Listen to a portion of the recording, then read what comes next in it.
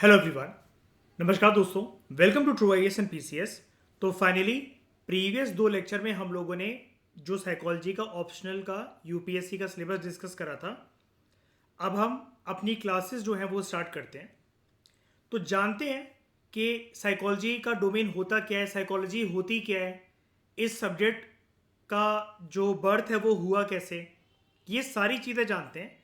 लेकिन उससे पहले कुछ उन क्वेश्चंस को दोस्तों हम टैकल करने की कोशिश करते हैं जो कि हमारे दिमाग में आते हैं और हलचल पैदा करते हैं बचपन से लेकर बुढ़ापे तक।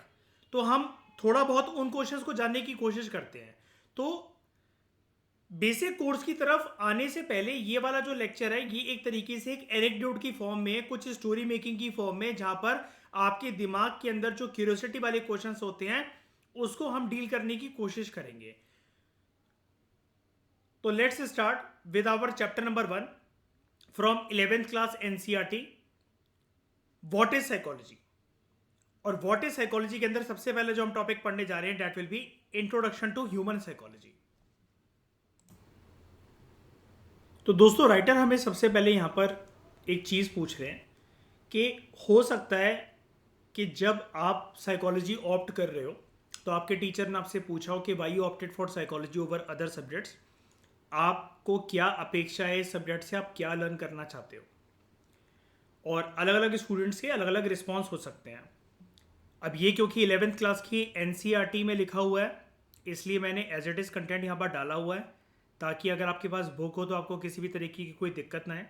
लेकिन अगर ये वाला क्वेश्चन मैं आपसे पूछूं, ईशा आपने क्यों ले रखा है psychology as a optional in UPSC over other subjects, आपका क्या आंसर है इस चीज़ के लिए, बताओ।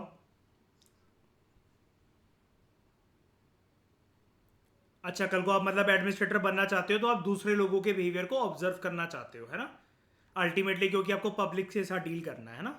और कुछ आपका रिस्पॉन्स? अच्छा, लोगों को समझ पाऊँ ताकि बेटर पॉलिसीज बना पाऊँ उनके लिए, या फिर उनको ग्राउंड लेवल पे अच्छे से एड्रेस कर पाऊँ। ठीक है, तो ठीक है, जैसे ईशा ने रिस्पॉन्स दिया वैसे बहुत सारे लोगों के रिस्पॉन्स हो सकते हैं। ईशा का ये कहना है कि अल्टीमेटली कल को मुझे आईएएस आईपीएस या कोई भी पब्लिक एडमिनिस्ट्रेटर बनने के बाद, ब्यूरोक्रेट बनने के बाद अल्टीमेटली डीलिंग पब्लिक पब्लिक से ही करनी है ज़्यादातर। तो उसके लिए ज़रूरी है कि मैं पब्लिक की साइकोलॉजी को समझूं, ह्यूमंस की साइकोलॉजी को समझूं। अब अलग अलग स्टूडेंट्स के अलग अलग क्वेश्चन होते हैं और वो जनरली दिल दहला देने वाले क्वेश्चंस होते हैं, आंसर्स होते हैं उनके, कि जब उनसे पूछा जाता है कि आप साइकोलॉजी क्यों ऑप्ट करते हो, चाहे फिर वो बेसिकली 11th क्लास में किसी पर्सन ने ह्यूमैनिटीज़ में साइकोलॉजी ली हो, नॉन मेडिकल बैकग्राउंड में किसी ने साइकोलॉजी ली हो, आगे वो साइकोलॉजी का करियर परस्यू कर रहे हो, या फिर यूपीएससी ऑप्शन की अगर हम लोग बात करें।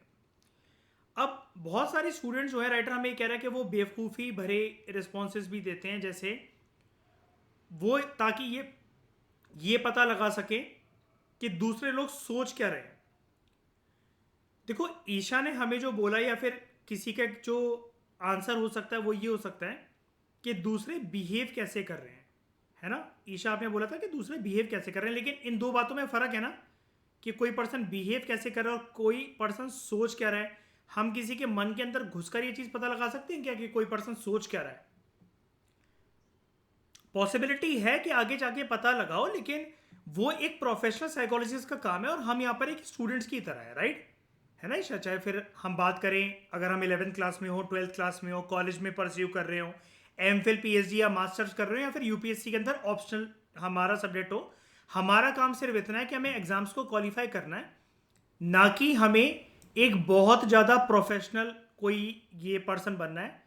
जो बहुत प्रोफेशनल लोग होते हैं वो भी शायद से ये समझ पाए कि एग्जैक्टली लोग क्या सोच रहे हैं, राइट, क्योंकि सामने वाले पर्सन के दिमाग में जाकर आप गहराइयों से तो हर एक चीज को नहीं जान सकते ना, ठीक है। लेकिन फिर भी कुछ लोगों का रिस्पॉन्स ये भी हो सकता है कि साइकोलॉजी उनको सब्जेक्ट इसलिए पसंद है ताकि वो दूसरों को जान सकें, वो थोड़ा बहुत ही सही लेकिन एक आइडिया तो लगा सके किसी पर्सन के बारे में कि 50% ही चलो हम ये सोच सकें इस पर्सन के दिमाग में चल क्या रहा है, उसकी थिंकिंग पैटर्न क्या है, वो पर्सन किस बारे में क्या सोच रहा है या सोच रही है। वो दूसरों के बारे में जानना चाहते हैं, दूसरों के स्पेसिफिक रिस्पॉन्सेज के बारे में जानना चाहते हैं, लाइक हम लोगों को या दूसरे लोगों को सपने क्यों आते हैं, इस तरह के अनगिनत क्वेश्चंस हमारे मन में जो हैं वो हो सकता है चलते हों, या फिर इस तरीके की क्वेश्चंस जहां पर इस तरीके की घटनाक्रम आपके जीवन में सामने आती है, जहां पर आप ये सोचते हो लोगों को एकदम से इतना गुस्सा क्यों आ जाता है और वो सड़कों पर मारपीट पर क्यों उतर आते हैं और कुछ देर बाद वो नॉर्मल कैसे हो जाते हैं, और बहुत कम परसेंटेज के लोग हमेशा एक स्माइलिंग फेस के साथ कैसे सिचुएशन को टैकल कर लेते हैं, उनको गुस्सा क्यों नहीं आता। तो साइकोलॉजी जो है हमें बहुत सारे एस्पेक्ट से इस प्रकार के क्वेश्चन से डील करने में मदद करेगी। अब देखो ईशा, हम जानते हैं कि हमारे प्राचीन भारत में जितने भी ट्रेडिशंस आए उन सबका ये क्वेश्चन रहता ही था। हर एक ट्रेडिशन में जो लोगों से पूछा गया क्वेश्चन वो ये रहता ही था ह्यूमन नेचर के बारे में। अब देखो जनता भी क्यूरियस होती थी ह्यूमन नेचर के बारे में जानने में, और अलग अलग वक्त और ज़माने में इवन इनफैक्ट आज तक ईशा बहुत ज़रूरी है और लोगों के मन में एक क्यूरियोसिटी भी रहती है कि वो ह्यूमन के नेचर के बारे में समझे जाने, राइट। बहुत बार ईशा ऐसा होता है आजकल के ज़माने में, अगर हम देखें लोग अपनी लाइफ से ज़्यादा दूसरों की लाइफ के बारे में जानने के लिए बहुत ज़्यादा जागरूक रहते हैं, इच्छुक रहते हैं, राइट, है ना। हर कोई अपने नेचर दूसरे नेचर को जो है दूसरे इंसान के नेचर को जानना चाहता है। अब देखो अगर हम प्राचीन भारत में बात करें, बड़े सारे जो इंडियन फिलोसफिकल ट्रेडिशंस जिन्होंने बर्थ लिया था, अब फिलोसफिकल ट्रेडिशंस कैसे विद इन हिंदुज़म बड़े सारे जो सेंट्स आए, ठीक है, बड़े सारे जो अलग अलग फिलोसफिकल ट्रेडिशंस जो बॉर्न हुए, फिर चाहे आप गौतम बुद्ध की बात करो, वर्धमान महावीरा की बात करो, या किसी की भी बात करो, अलग अलग स्कूल्स ऑफ थॉट की बात करो अगर आप, तो आपको ईशा ये बताना है और बाकी ऑडियंस को ये बताना है कमेंट करके इंडिया के अंदर प्रोमिनेंटली कितने तरीके की फिलोसफीज होती हैं। ठीक है ईशा, ये वाला क्वेश्चन आपको और बाकी सबको करना है। भारत के अंदर जो एंशिएंट ट्रेडिशनल फिलोसफीज हैं वो कितने प्रकार की हैं, ठीक है। लेकिन हम किसी भी फिलोसफिकल ट्रेडिशन के बारे में अगर हम बात करें, हर फिलोसफिकल ट्रेडिशन का अलग अलग वक्त और ज़माने के हिसाब से एक चीज़ रही है कि वहाँ पर ये चीज़ सबको बताई गई है, या फिर लोग जानने के लिए जागरूक या इच्छुक इस बात पर रहते हैं कि लोग अलग अलग सिचुएशंस में बिहेव करते कैसे हैं, ठीक है। अब जैसे कुछ लोगों की शक्ल हमेशा ईशा बन रखी होती है हर सिचुएशन में, राइट।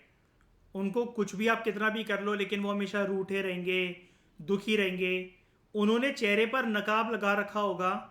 हमने बात करी थी ना सिलेबस के अंदर ईशा पर्सनैलिटी के बारे में। पर्सनैलिटी एक तरीके से मतलब होता है, पर्सनैलिटी वर्ड कहाँ से आया Isha? From the word persona. और पर्सोना का क्या मतलब होता है? वो फेस मास्क जो कि रोमन एक्टर्स रोमन थिएटर में यूज करते थे, वहीं से वर्ड आया है ना। एटीट्यूड का मतलब भी यही होता है, पर्सनैलिटी का मतलब भी यही होता है कि आप जो है एक तरीके से अलग अलग सिचुएशन में बिहेव कैसे करते हो। तो मान लो कि एक लड़की है या कोई भी लेडी है, मतलब कोई भी मर्द है, वो एक सिचुएशन में हो सकता है दूसरों के सामने स्माइलिंग फेस के साथ बिहेव कर रहे हो, लेकिन अंदर से वो चिड़चिड़े या फिर हमेशा उनकी शक्ल बनी रहे, मुंह फूला रहे, ऐसा बिहेव कर रहे हो। फिर सवाल ये उठता है, हमें अपने जीवन में ऐसे कौन कौन से चेंजेस को उतारना चाहिए, क्या क्या लेकर आना चाहिए कि हम अपने जीवन में हैप्पीनेस की जो डिज़ायर करते हैं उसको रियल लाइफ में इस हैप्पीनेस को उतार सकें, फिर ये नकली बात ना रह जाए कि नकली खुशी हमारे चेहरे पर है। तो बाकी सारे सब्जेक्ट्स की नॉलेज की तरह जो साइकोलॉजिकल नॉलेज होती है वो भी इंसानों के वेलबींग में कंट्रीब्यूट करती है। साइकोलॉजी हमें ये सिखाएगी कि हम जीवन में कुछ कुछ चीज़ों को कैसे थोड़ा सा ट्विच कर कर, उसको स्विच कर कर, 19-20 के फ़र्क को मिटाकर हम एक अच्छी खुशहाल ज़िंदगी कैसे बिता सकते हैं, और दूसरों के बातों से, रवैये से हमें दिक्कत क्यों नहीं होनी चाहिए। हमारी पर्सनैलिटी अलग है लेकिन हमें घमंड भी फिर भी क्यों नहीं आना चाहिए। अल्टीमेटली आप दूसरों से ज़्यादा इन्फ्लुएंस हो ईशा या कोई भी आप में से जो सुन रहा है, अगर आप दूसरों से इन्फ्लुएंस रहते हो या फिर आपका कॉन्फिडेंस जो है वो खत्म हो जाता है, आप स्टोरी मेकिंग बहुत ज़्यादा करते हो, हर प्रकार के हालातों में आप अपने आप को अनहैप्पी करोगे और उसके पीछे जो रीज़न होगा वो बेतुका रीज़न होगा, जिसके पीछे कोई साइंटिफिक एक चीज़ नहीं होगी कि आप अगर दुखी हो तो हाँ भाई ये आपके दुखी होने का कारण था। बहुत बार लोग अपनी स्टोरी मेकिंग में अपने आप को दुखी कर लेते हैं। अब राइटर यहां पर आपको ये बता रहे हैं, दुनिया में, संसार में बहुत ज़्यादा आजकल ह्यूमन मिजरी फैली हुई है, स्पेशली ईशा 21st सेंचुरी में तो ये बहुत ही ज़्यादा है, राइट। अब इसके लिए ज़्यादातर ना इंसान ही रिस्पॉन्सिबल होते हैं।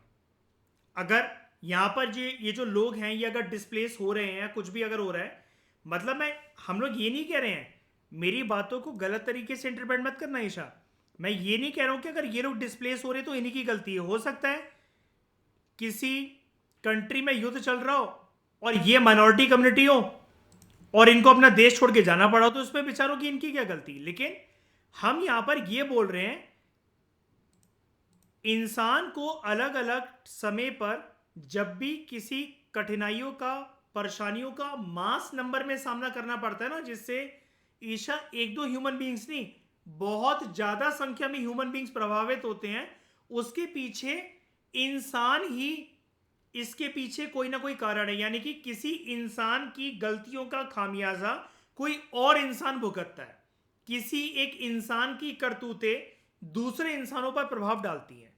राइटर यहां पर इंसानों की साइकोलॉजी को कोसना चाह रहा है, उसके दिमाग, उसके माइंड को कोसना चाह रहा है राइटर यहां पर, क्योंकि सारे के सारे थॉट्स, फिर चाहे वो विनाशकारी हो या फिर किसी को कंफर्टेबल जिंदगी देने वाले हो, हम्बल नेचर के थॉट्स हो, या फिर आपके ग्रीडी होने के, लालची होने के, या फिर आप किसी के खिलाफ कोई षड्यंत्र रच रहे हो, आप किसी की खुशहाली के लिए रिस्पॉन्सिबल हो या उसके विनाश के लिए रिस्पॉन्सिबल हो, ये सारी चीजें हमेशा किसी ना किसी के थॉट से उत्पन्न होती हैं, right.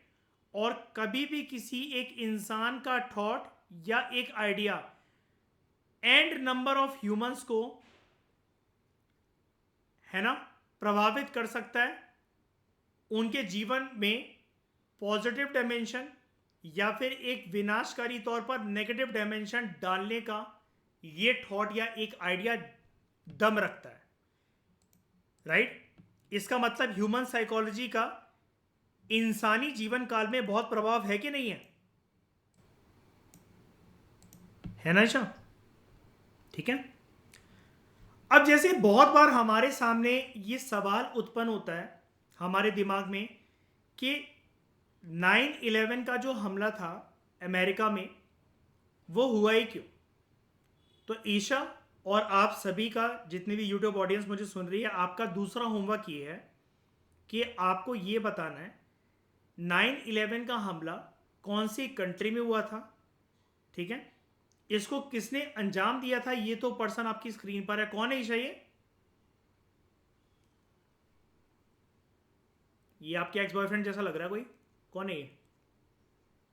Osama bin Laden.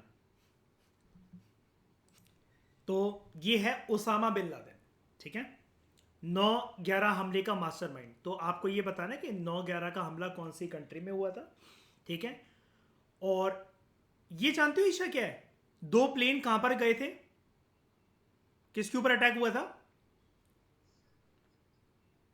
Twin tower से, कहा ये ट्विन टावर्स ही है, कौन से हैं टावर, ये टावर नंबर 1 और टावर नंबर 2, किस चीज के टावर है, क्या नाम है इनका, भूल गए। एक सेकेंड, इनका नाम है वर्ल्ड ट्रेड सेंटर्स, है ना, इनके 2 टावर थे। तो आपका तीसरा होमवर्क ये, आपको ये बताना है 9/11 के जो हमले हुए थे, एक तो मैंने आपकी हेल्प कर दी, वर्ल्ड ट्रेड सेंटर्स के ट्विन टावर्स पर हुए थे, टोटल कौन कौन सी जगह पर हुए थे और उन जगहों के नाम लिखना।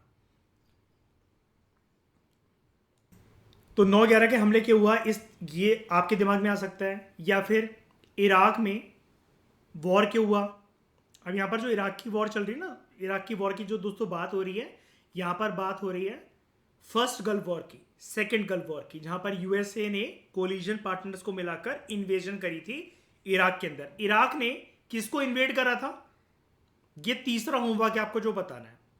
फर्स्ट गल्फ वॉर के अंदर अमेरिका ने इराक के खिलाफ कोलिजन बनाई थी, तो किसी बात पर तो बनाई होगी ना। तो मैं आपको बता रहा हूं, इराक ने कंट्री को इन्वेड करा था और उस कंट्री ने फिर मदद मांगी थी अमेरिका और उसके एलीज से। तो आपको उस कंट्री का नाम बताना है कि फर्स्ट गल्फ वॉर के अंदर, फर्स्ट गल्फ वॉर के अंदर इराक ने कौन सी कंट्री को इन्वेड करा था। ठीक है, हालांकि साइकोलॉजी ऑप्शन की क्लास है, लेकिन आपकी जनरल स्टडीज की रिवीजन भी हो जाएगी, इसलिए ये वाली मेहनत मैं आपसे करवा रहा हूँ।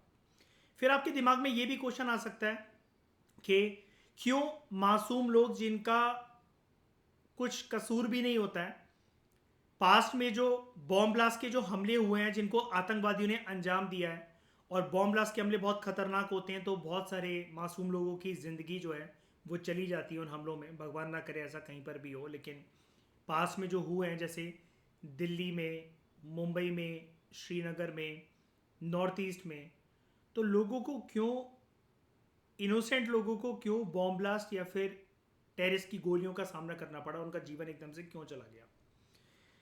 साइकोलॉजिस्ट फिर ये भी चीज़ जानने के लिए बड़े क्यूरियस रहते हैं, ऐसे कौन से एक्सपीरियंसेस हो जाते हैं यंगस्टर्स की लाइफ में, मेन एंड वुमेन बोथ, कि वो बचपन में पढ़ाई लिखाई को छोड़कर, किताबों को आग लगाकर आतंकवादी बनने के लिए तैयार क्यों हो जाते हैं, उनका मन क्यों करता है रिवेंज लेने का।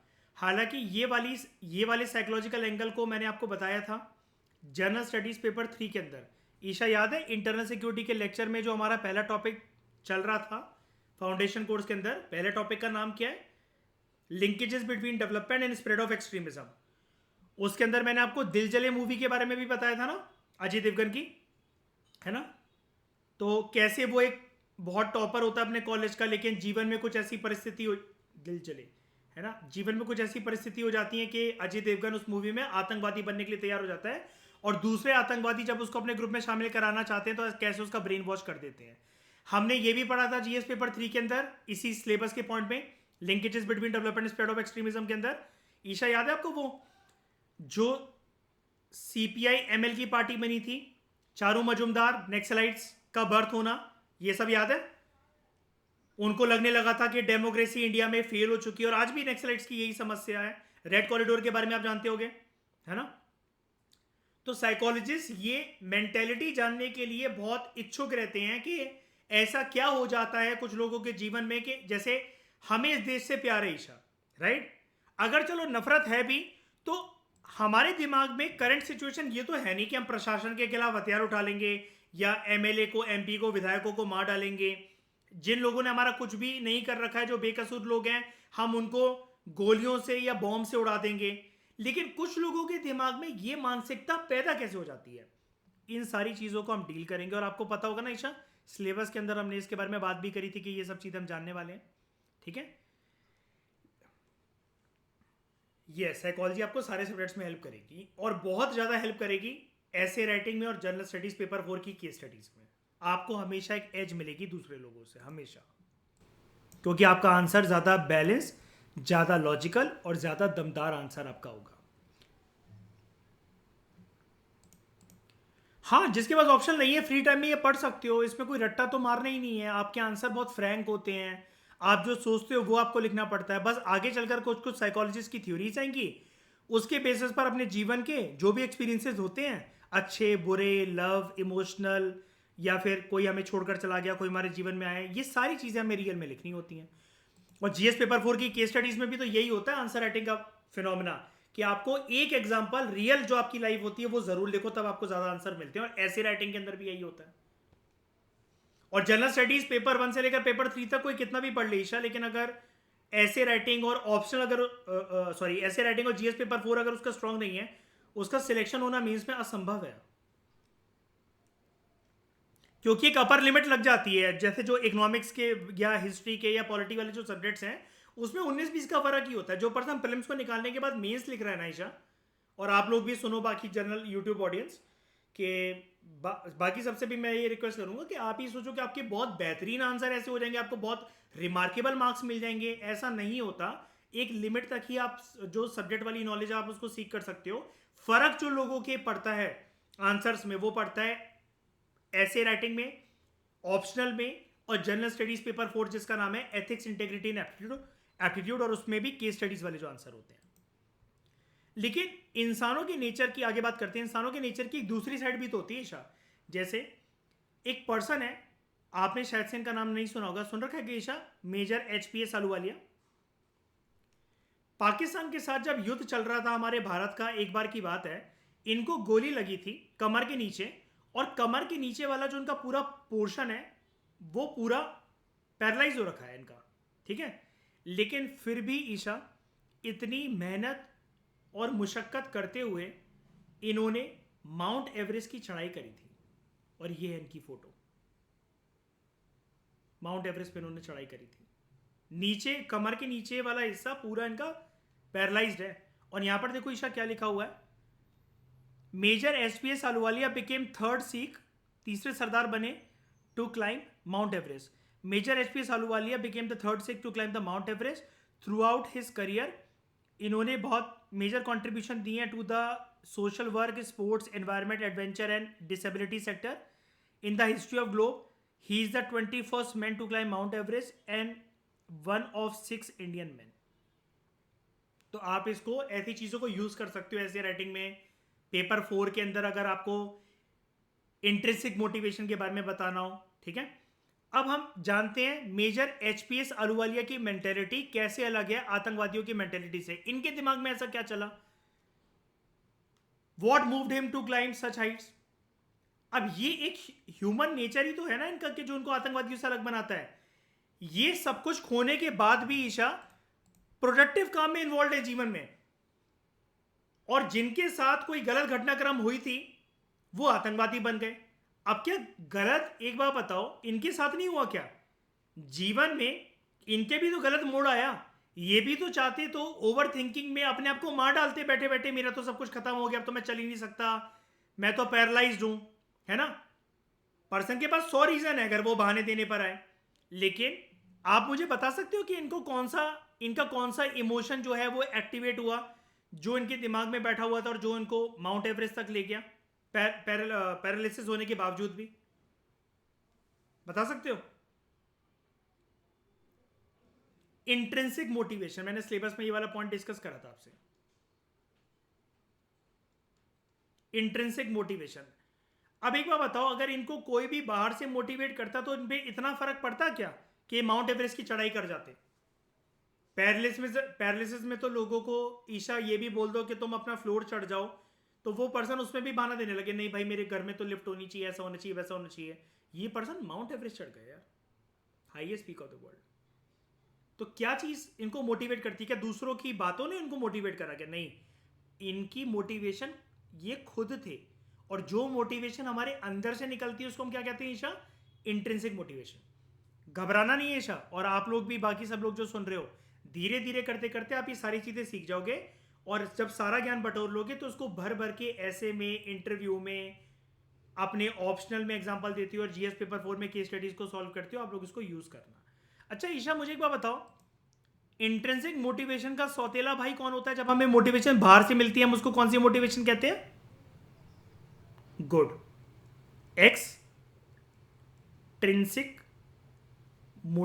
Extrinsic motivation. ये वाली मोटिवेशन होती है, it is very much internal in nature, and this motivation is external in nature. Isha, PDF में जितने भी एग्जांपल्स हैं, जो भी फोटोज हैं, do use them in your answer writing, ठीक है। बहुत सोच समझ के टीम ने ये प्रिपेयर कर रखे हैं ताकि मल्टीपल चीज़ों में आपको फंसना ना पड़े। इतने examples will be more than enough, क्योंकि पेपर में स्पेस ही उतना होगा, तो आप इसी पे खेलना बार बार रिवाइज करके। और जब रिवीजन करोगे, जैसे आपने एक बार टेक्स्ट को पढ़ लिया आगे चलकर, तो जब आप रिवीजन करोगे बस बार बार इन फोटोज़ को देख लेना, फिर आपको ये सारी चीज़ें लर्न हो जाएंगी, अपने आप आपको याद आ जाएगा कि आपने लेक्चर में क्या सुना था मुझसे, ठीक है।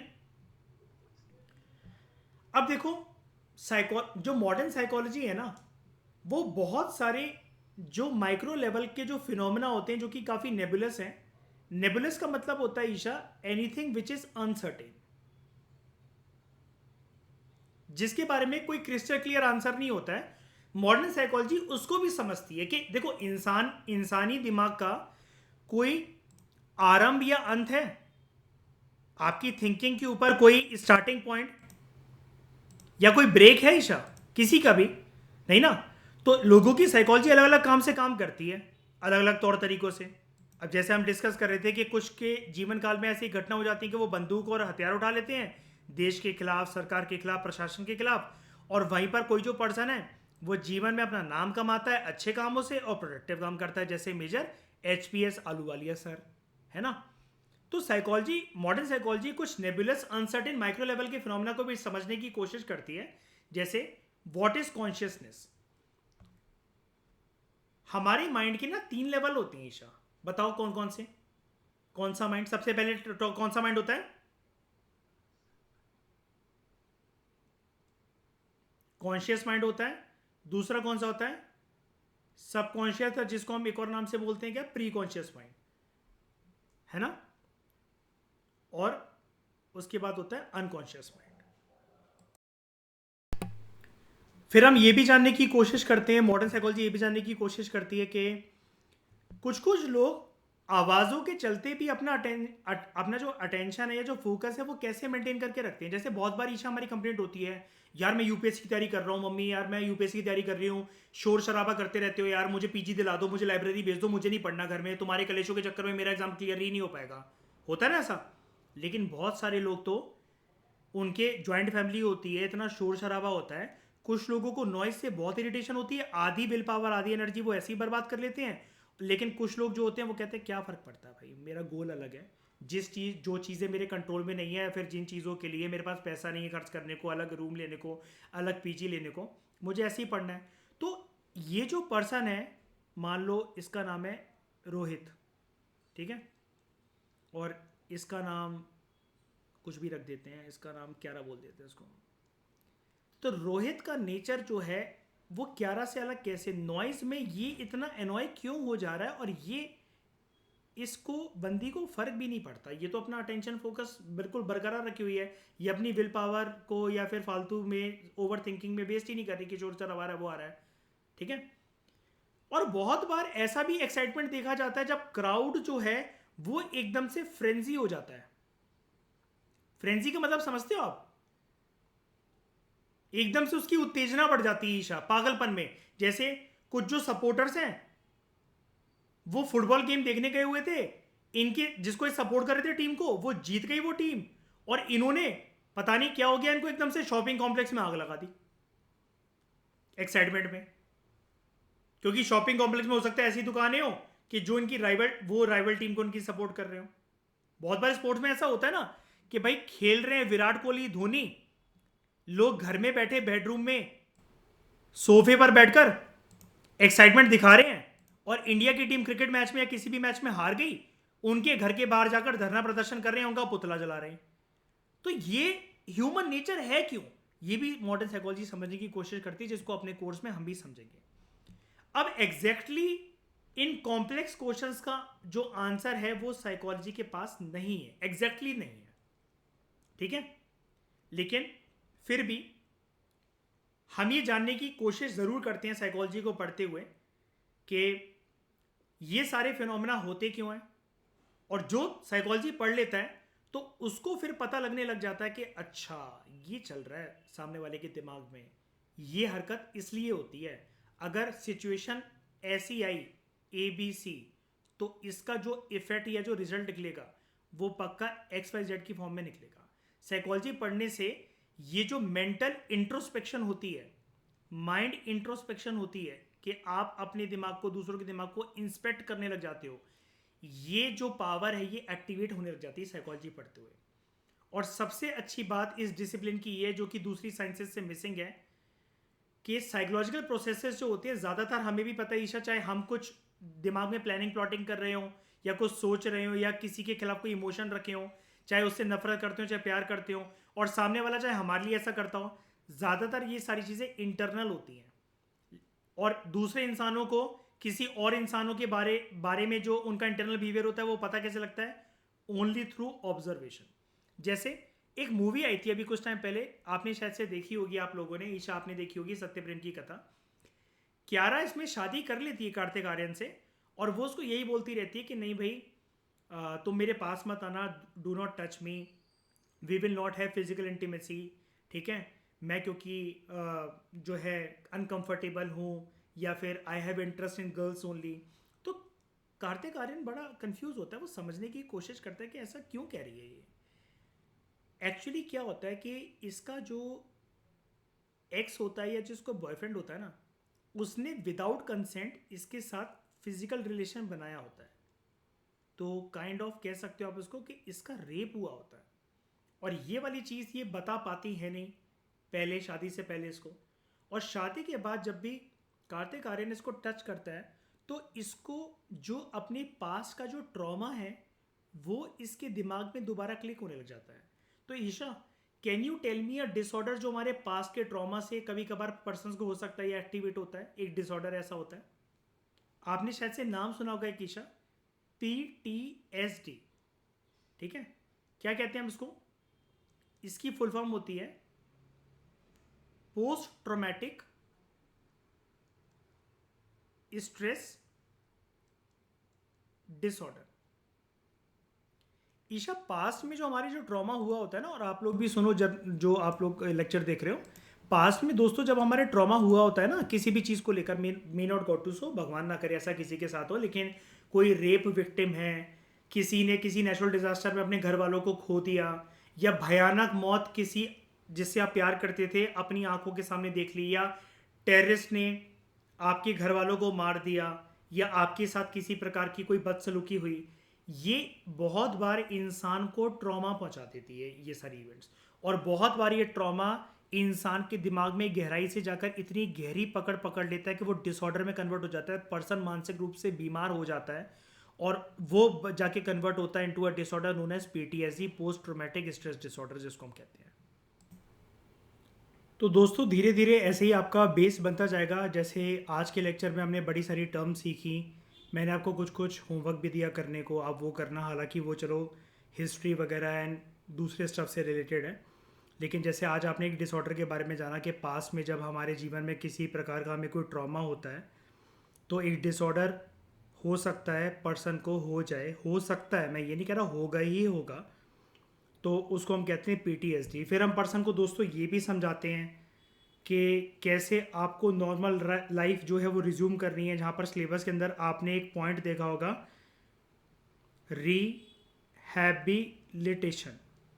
रिहैबिलिटेशन, कि दोबारा नॉर्मल ज़िंदगी, किसी की नॉर्मल लाइफ अगर हमें दोबारा रिज्यूम करवानी है तो उसके लिए हम उस पर्सन को कन्विंस करें कैसे। आप खुद एक बात बताओ ना, रेप पीड़ित कोई है, किसी का रेप हुआ है, भगवान ना करे किसी लड़की का, अब उसके दिमाग पर ट्रॉमा आप समझ सकते हो, सोच सकते हो, या हो सकता है वो आपकी सोच से भी परे हो कि कितना गहरा होगा। ऐसे पर्सन को अगर हमें कन्विंस करना हो कि दोबारा ऑफिस जाना शुरू करो, दोबारा बाहर जाओ, पार्क जाओ, दोस्तों से मिलो, वो पर्सन हो सकता है उसके दिमाग में बार बार उस इवेंट को लेकर झटके लगे, उसको शॉक लगे, वो ट्रॉमा लगे, और वही जो एक्सपीरियंस है हो सकता है वो ट्रॉमा PTSD की फॉर्म में पर्सन के दिमाग पर हावी रहे। ये सारी चीज़ों को हम एड्रेस करेंगे धीरे धीरे करते करते, जैसे जैसे हमारा सिलेबस आगे बढ़ता चलेगा। तो दोस्तों अगर आप ऑप्शनल ज्वाइन करना चाहते हो, ऑप्शनल की क्लासेस ज्वाइन करना चाहते हो, फिर चाहे वो साइकोलॉजी हो, लॉ हो, PSIR हो या हिस्ट्री हो, तो आप हमारे फाउंडेशन कोर्स को ज्वाइन कर सकते हो। और इन मटेरियल्स की PDF आपको कैसे मिलेगी, आपको ये QR कोड स्कैन करना है, यू नीड टू पे 21 रुपीज़ पर चैप्टर। जैसे जो पूरा चैप्टर है, कंप्लीट चैप्टर आपको 21 रुपीज़ में मिल जाएगा। आप स्क्रीनशॉट सेंड कर सकते हो इस नंबर पे, फिर चाहे आप टेलीग्राम पर भेज देना स्क्रीनशॉट या व्हाट्सएप पर भेज देना, ये नंबर है। एंड हमारी जो टीम है वो आपको जो इन PPTs की जो PDF है वो डायरेक्टली भेज देगी। तो और भी मज़ेदार डिस्कशंस करेंगे, अभी तो जस्ट हमारा कोर्स शुरू हुआ है। तो जानने के लिए आप बने रहिए हमारी TrueIAS एंड PCS फैमिली में। इस डिस्कशन में दोस्तों फिलहाल इतना ही। Thank you very much for discussion.